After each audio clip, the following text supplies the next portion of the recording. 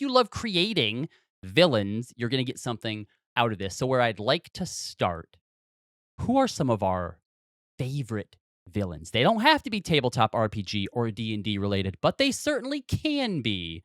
And we're going to go ahead and let our guest start today. So, Andy, you don't have to pick a singular one. I don't know if anybody can pick just like a singular, this is my all-time top favorite. You can, great. But if you want to give us like a couple, go for it.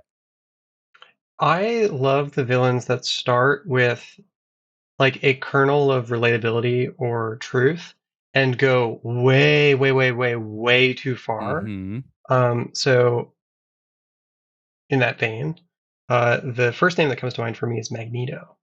Ooh, yep, yep. I don't think Magneto's a there's very good villain. anybody out there who's gonna try to argue that Magneto isn't like easily like a top 10, top 5 villain of all time. So, and what I like about the example of Magneto is in a story that is done really well, your villain, as you say, starts off kind of reasonable, or at least with a kernel of you can understand where they're coming from. And it's actually the actions of the heroes which push them further and further into the unreasonable. Magneto starts off from a spot where you can go, yeah, I get it.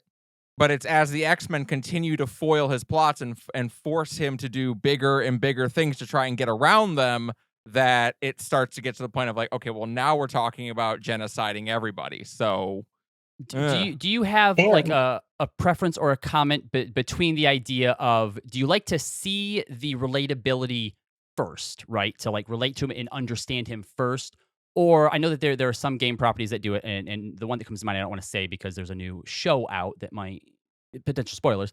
Or do you prefer seeing them at their worst, or at least seeing them in a vein where you're like, oh no, you're definitely bad, Thanos, for example, and then later learning the thing that got them there is relatable.